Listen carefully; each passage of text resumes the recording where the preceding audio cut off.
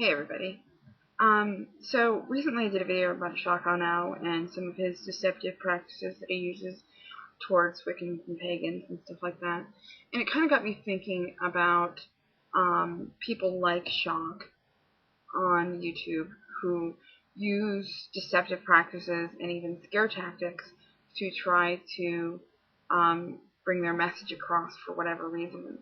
And I thought about what it is, why it is that people do that. For Shock, I think it's pride. I think that he sees pagans as easy targets because many of us are young. He has a bit of a delusions of grandeur. He's probably got a degree. We all, we can see that he has a little bit of money. And I think he sees the pagan community as an easy target for him to pick on and kind of, make fun of. Instead of just trying to convert us, he's, been completely disrespectful to us, And so what I think is funny is that, from what I understand about Shock, he's somebody who believes that the entire Bible is true, but he's completely ignoring the golden rule, which is do unto others as you would have them do unto you. you know, I think that's kind of funny. I consider that to be one of like the main messages of not just Christianity but many different religions. Many different religions have their own version of the golden rule. Islam does, Wicca does, many other religions do, and Shock is kind of ignoring this central tenet of his religion in order to fuel his own ego. That's really the best observation that I can come across. He claims that he's converted people, and that's his mission, is to convert people. But even if for some reason his message did ring true with you, if he insulted you like that, would you want to go to somebody like that to receive your conversion? I wouldn't. There's plenty of people here on YouTube who are Christians who, if you wanted to become Christian, would help you through the process, and would be much more respectful to you than Shock on now. And I think that, my message in my last video where I said basically that he's giving those Christians a bad name rings true. I've been receiving some messages saying that there are people within the Christian community who don't agree with Shock now or his message, because of the disrespect that he uses. But this video isn't just completely about Shock, it's about other people too. I wanted to talk about the people who use scare tactics and self-fear in order to to further their agenda. Recently, me and Chris and I both did videos about somebody named Carol Kornacki. And Carol Kornacki claims to have been a witch and have seen horrific things and done horrific things and, basically scared people into this idea of what witchcraft was, which it really wasn't. I found this individual named Stephen Dollins on YouTube. I'll post some links in the sidebar. He claims to have been a satanic high priest, but he didn't even know what a witch was. He claimed witches were all female and that covens were all female. He also said that there's occult messages in cartoons, and that demons surround you all the time trying to trip you up and stuff like that and lead you into sin. So I found those messages to be quite funny, but they're not funny to somebody who doesn't know any better. And there are people out there that don't know any better. And for those people who the only thing they've grown up in is this fundamental Christianity, people like Stephen Dollins are very dangerous because they use this divisive language, and they get these people scared of everything, even cartoons and household products, so that they need to rely on somebody like Stephen Dollins for their information. And basically, what this guy does is he then sells videotapes, sells books, does lectures, and he probably doesn't have a regular job. He probably just does this and makes money off of it. And so for people like Stephen Dollins, I can guess that their main motivation would be money. You know, that would go probably for Carol Carnacki too, who goes around the country and does lectures and gets paid for it. You know, people who run charities and their livelihood depends on selling this message of fear to other people. You know, and we see this also from people like Shazulo, who, you know, his main argument towards anything based on witchcraft or the occult is, what if it's bad? I mean, if you go through his videos on the shamanic journey, you know, fairies, his most recent one about circles, he's always alluding to this fear that there's something dark and eternally evil that we're dealing with, because he's trying to bring the natural world of paganism, which is, you know, obviously our natural world is full of dangers and of good things, and so we understand that and protect ourselves from the bad and bring in the good. And he's trying to take that to the absolutist world of Christianity, where anything that might hurt you is absolutely evil and comes from the devil. And so, you know, this message that he's using, this you know, kind of you know, seems like you know, a benign language, is actually not benign at all. And he's doing this all and trying to, you know, and justifying it by saying that he's an ex-occultist. But as we can see from, you know, recent inquiries, he's not really much of an occultist at all. In fact, I really would doubt that he ever really did much other than maybe own a pack of tarot cards, which to me wouldn't constitute you as an occultist.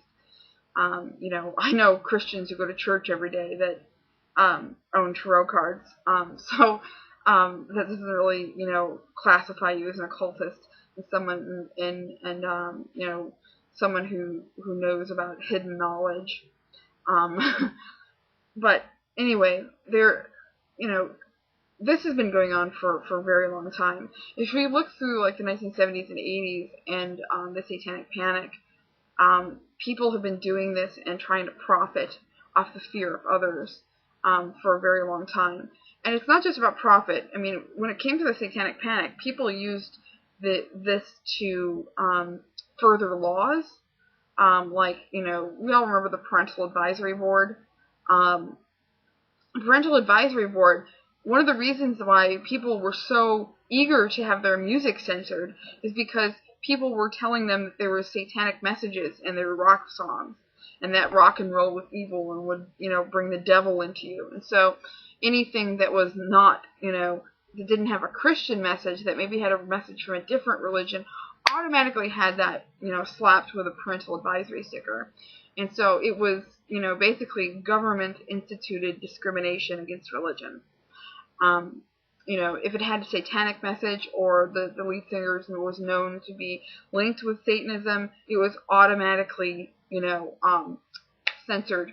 And really, if you think about it, that is government, you know, discrimination against religion. So, you know, and we've seen, you know, people try to profit off of the sensationalism and these type of things, like Geraldo Rivera did in the 1980s. You know, with like things like the Satanic Panic, and people got a little crazy with it. And, you know, I knew that in my hometown, there was this rumor that went around that said that blonde children would be kidnapped on Halloween and sacrificed by these, you know, underground satanic cults, and that you should dye all your children's hair black or darker on Halloween.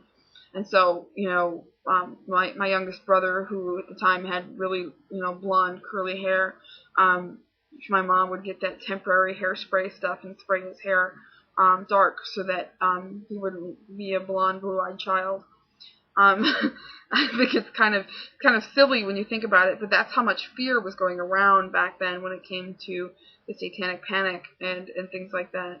And these people right now are still playing off that. One of the things that Shazulo said to me in text was that, you know, he asked me to name a positive Satanist or a positive satanic website, I directed him to a Satanist friend I have here on YouTube, who I consider to be, one of the most knowledgeable Satanists.